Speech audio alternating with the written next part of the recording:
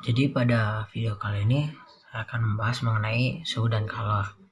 Jadi untuk suhu dan kalor ini memang merupakan salah satu materi yang menurut saya paling kena dan mungkin paling saya mengerti.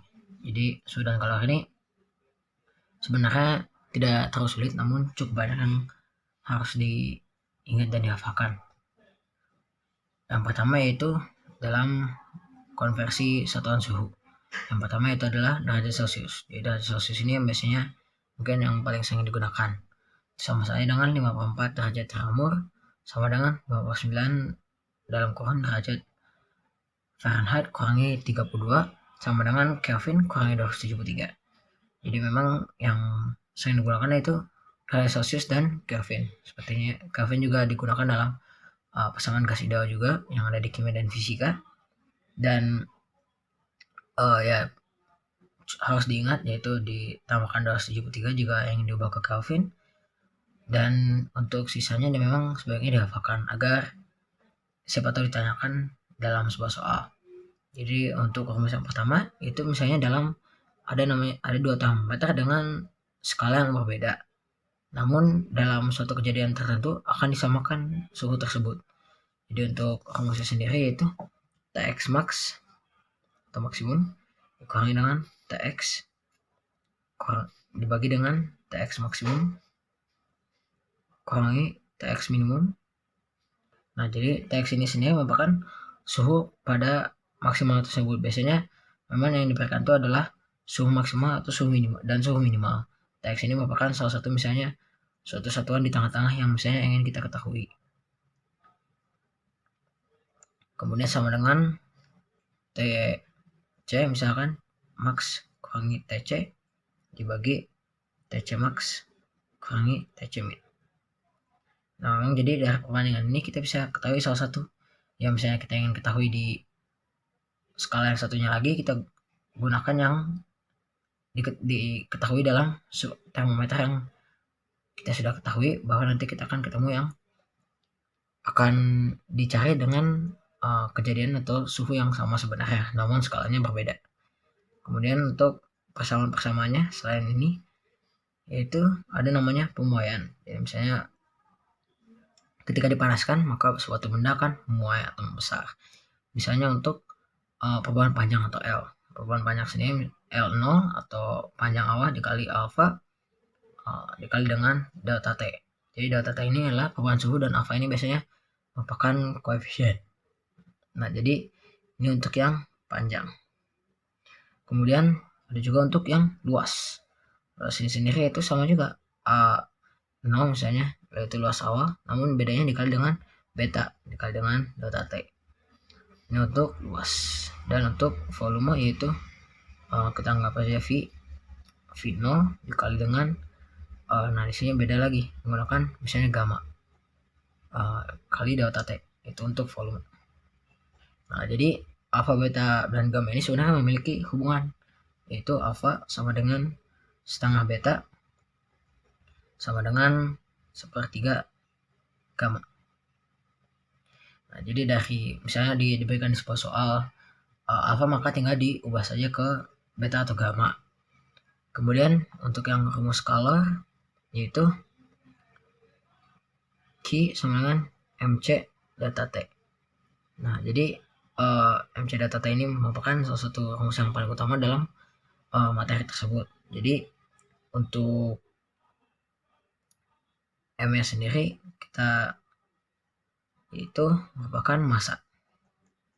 C merupakan kalor jenis misalnya dari sebuah zatnya, dan delta T itu adalah perubahan suhu.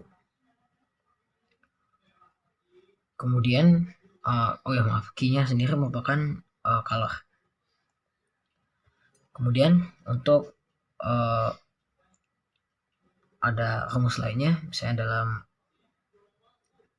sebuah kalori meter lain, C itu yaitu merupakan kapasitas kalor, dan datanya sama perubahan suhu. Kemudian untuk rumus yang terakhir itu Q sama dengan ml. Nah, di sini hanya sendiri bukan panjangnya tadi, melainkan itu adalah sebuah konstanta, itu bisa disebut juga dengan misalnya ketika terjadi perubahan antara es dan air. Kita semua tahu bahwa titik bekunya adalah 0 derajat Celcius. Tapi ketika berubah dari misalnya dari esnya ke air, ada suatu perubahan terlebih dahulu. Istilahnya dalam perubahan wujudnya dulu. Nah, ini color yang ditentukan. Ms ini air itu massa dan L-nya itu bisa color lebur atau pembekuan. Nah, kemudian ada perpindahan. Jadi perpindahan ini sendiri yang mungkin sudah pernah diketahui juga, yaitu perpindahan yang pertama itu adalah konduksi. Konduksi itu ketika tidak ada perpindahan partikel. Nah, jadi dalam konduksi ini sendiri memiliki rumus tersendiri, yaitu H sama dengan Q per T sama dengan K dikali A dikali delta T bagi L. Nah, jadi dalam rumus ini sendiri memang sini K ini merupakan sebuah konstanta tetapan Boltzmann. Itu jadi K ini merupakan sebuah konstanta. A ini merupakan luas penampang dan delta T-nya merupakan perubahan suhu. Sementara untuk yang sendiri itu panjangnya. A itu tadi luas penampang, bukan cuma sekedar luas. Kemudian yang berikutnya itu adalah konveksi. Konveksi ini merupakan proses yang ada perpindahan partikel, tidak seperti konduksi tadi. Di H-nya sendiri sama, Q per T itu sama dengan H dikali A dikali delta T. Jadi A-nya sendiri sama, itu luas penampang, dan H-nya itu sendiri merupakan tetapan konveksi. Biasanya ya seperti tadi K pada konduksi, H juga merupakan suatu tetapan yang biasanya diberikan dalam soal. Kemudian yang rumusnya beda sedikit yaitu adalah radiasi. Radiasi itu ya kita tahu seperti berhubungan dengan suatu uap atau gas. Jadi di sini tidak ada perantara. Jadi rumusnya sendiri yaitu Q per T sama dengan E dikali gamma kali A dikali T pangkat 4. Nah, jadi dalam rumus ini memang beda sedikit. E-nya sama dengan emisivitas, biasanya merupakan rentangnya dari 0 sampai 1. Kemudian untuk gamma sendiri, nah ini merupakan yang gamma ini merupakan tetapan, yaitu 5,67 kali 10 pangkat min 8. Kemudian untuk A tadi luas penampang, dan untuk T-nya itu suhu itu sendiri. Nah, jadi memang rumusnya cukup banyak dan teori sendiri sebenarnya tidak terlalu dalam, namun ya tadi itu dia rumusnya memang harus dihafal. Kemudian kita masuk kepada latihan soal. Untuk soal yang pertama, diketahui minus 30 derajat A itu misalnya ya seperti tadi Celsius, tapi A yang berarti tidak diketahui skalanya. Derajat A pada titik beku air. Jadi seperti yang kita tahu, titik beku air itu adalah dari 0 derajat Celcius, namun dalam termometer A ini kita anggap itu sama dengan minus 30 derajat. Dan 90 derajat A pada titik didih. Titik didih air. Nah, ini juga kita ketahui bahwa titik didih itu merupakan 100 derajat Celcius, namun dalam termometer A ini diketahui 90 derajat. Nah, yang ditanyakan itu 60 derajat Celcius sama dengan, nah ini maksudnya sama dengan berapa derajat pada termometer A. Jadi kita menggunakan rumus yang tadi pertama. X maksud kita X misalnya. Max ini, nah kita bisa biasanya itu titik tertinggi. Di sini kita ketahui titik didih air. Misalnya kita taruh X-nya itu yaitu dalam air itu sendiri. Jadi TX-nya 100 derajat dikurangi dengan TX. Ini kan yang kita ingin ketahui yaitu 60 dibagi TX max yaitu 100 lagi kurangi dengan TX min yaitu titik beku. Titik bekunya yaitu 0 derajat. Sama dengan TC max. Ini merupakan misalnya termometer A. Titik maksimalnya tadi titik didih air yaitu 90 derajat. Kurangi yang ingin kita ketahui, kita anggap X. Maxnya itu 90 kurangi dengan titik bekunya atau titik minimumnya yaitu minus 30. Kita masukkan seperti ini. Dari sini kita langsung dapat 40 dibagi 100 sama dengan 90 minus X per 120. Jadi ini kita bisa langsung coret-coret saja. Maka nantinya kita akan mendapatkan X-nya sama dengan 75 derajat A. Oke, untuk yang nomor 2,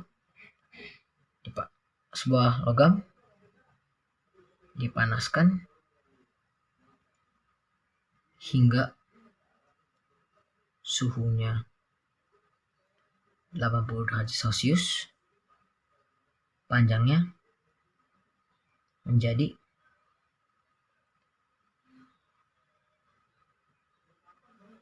115 cm. Koefisiennya yaitu 3 kali 10 pangkat min 3 dan suhu awalnya atau bisa kita tulis T0 saja itu sama dengan 30 derajat. Yang ditanyakan itu adalah panjang logam mula-mula. Nah, jadi ini ketika dilihat panjangnya menjadi anggapannya terjadi perubahan, maka kita akan gunakan yang rumus tadi pemahaman, itu delta L sama dengan L0 kali alpha kali delta T. Kita bisa langsung masukkan. Untuk delta L sendiri ini kita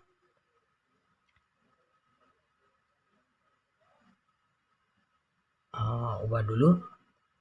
Jadi misalnya 19 kurangi X sama dengan L0 nya ini yang ditanyakan, misalnya kita anggap X saja, dikali dengan alfanya tadi yang dikasihkan itu sudah merupakan koefisien sendiri yaitu 3 kali 10 pangkat min 3 dikali dengan delta T. Nah, jadi suhu akhirnya tadi kan 80 dan suhu awalnya 30. Langsung saja 80 kali 30, maka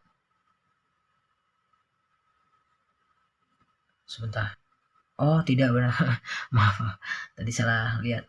Karena memang dalam rumusnya sendiri ada berbagai macam. Misalnya dalam bentuk yang ini memang rumusannya demikian. Namun jika diubahkan misalnya yang biasa saya gunakan itu delta L-nya diubah menjadi L akhir dikurangi L awal sehingga dipindah ruaskan dan ditambahkan. Namun dalam bagian ini kita langsung saja buatnya seperti demikian.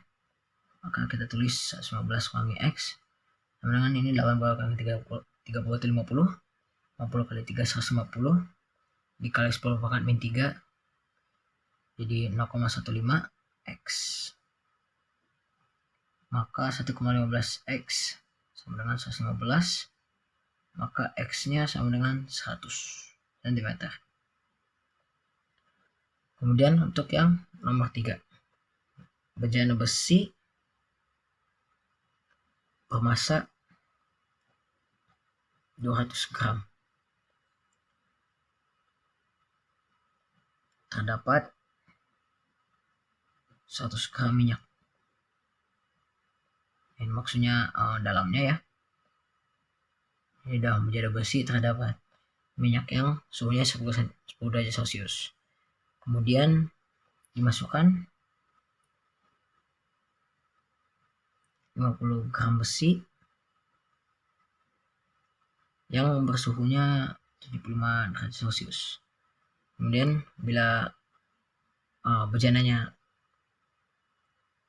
naik 5 derajat Celcius dan kalau jenis minyaknya itu 0,43.